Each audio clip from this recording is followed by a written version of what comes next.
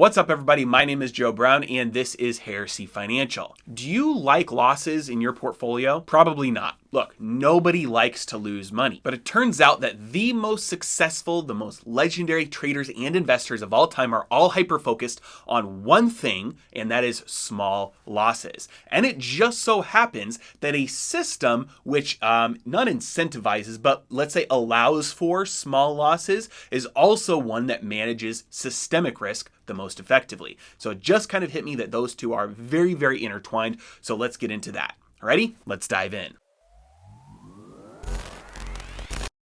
Okay, I'm currently reading a book called Safe Haven: Investing for Financial Storms by Mark Spitznagel. He's a fantastic author. I really like him. He's also very good friends with Nassim Taleb. They run a fund together, and it is all about risk management and how properly managing your risk will actually increase your returns. I'm going to do a full book review on that. That's not the point of this video, but what is the point is that hyperfixation on managing risk and small losses really is it's consistent across every single successful investor and trader across time. If you read the Market Wizards books by Jack Schwager, where he's interviewed pretty much every single of the successful and the legendary, the great investors and traders of all time. These books go back to I think the 80s are when he first started doing these books, these interviews. The one trait, the one thing that is common across everybody is their focus, their hyperfixation on taking small losses, on managing their risk. And here's why. If you fall in love with small losses, you don't ever have the opportunity for large losses. If you manage your risk and prevent total wipeout from ever being able to take place, the profits will take care of themselves. That's what Warren Buffett said. Take care of your losses and your profits will take care of you. Now, there are limitless ways to do this with your own personal investing, right? You could use stops. You could just use basic options to do some basic hedging. You could also construct your portfolio like one of those, like a barbell strategy, where you have the majority of your portfolio in something extremely stable, and you use a small amount of your portfolio to place many tiny but highly leveraged bets, where any individual investment or bet, if it pays off, it'll make you a lot more than any of the other ones that will probably fail. This is also why you do things like buy car insurance and buy fire insurance on your home, because any one of these losses could potentially be enough to wipe you out. And so it's worth the $20 or the $30 or the $100 a month in order to protect yourself, so that if that happens, that risk is transferred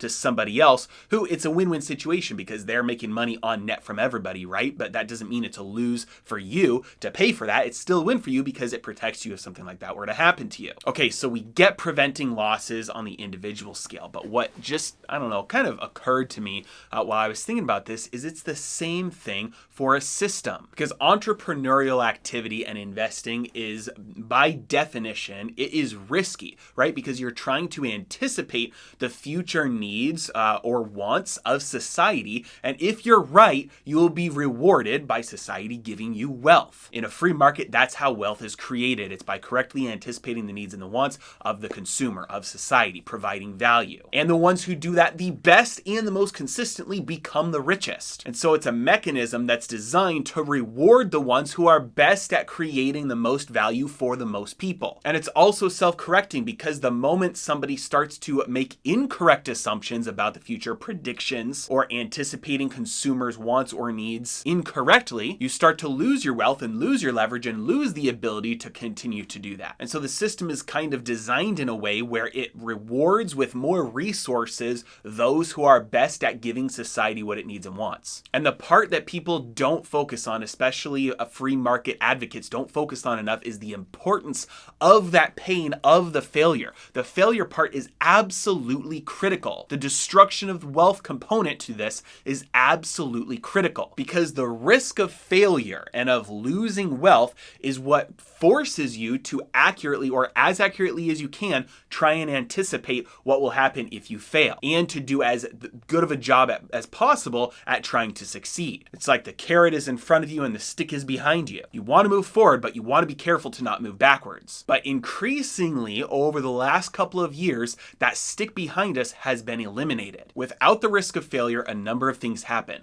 Number one, you don't have the feedback mechanisms throughout the entire economy that are giving signals to entrepreneurs and investors the proper path forward for real wealth and value creation. You don't have the pain guiding investors and entrepreneurs forward in the right direction, and you have a lot of deviation causing misallocation of resources and malinvestments. And that activity then has the ability to continue, which in the end destroys wealth. Further than that, you now have the incentive to take on far more risk than you ever would have if the stick was behind you, because now you've got a carrot in front of you. So you take on a lot of risk, and if you succeed, there's a giant reward at the end of the tunnel. But if you fail, there's no stick waiting for you. And so might as well throw everything at it because you literally have no downside. And as this becomes more ingrained in our financial markets and our economy, you have a system that more than not destroys wealth and builds up far too much risk. And so obviously the mechanisms are very different. If you're talking about an individual portfolio, small losses prevent big losses. If you're talking about an economy, small losses prevent big losses.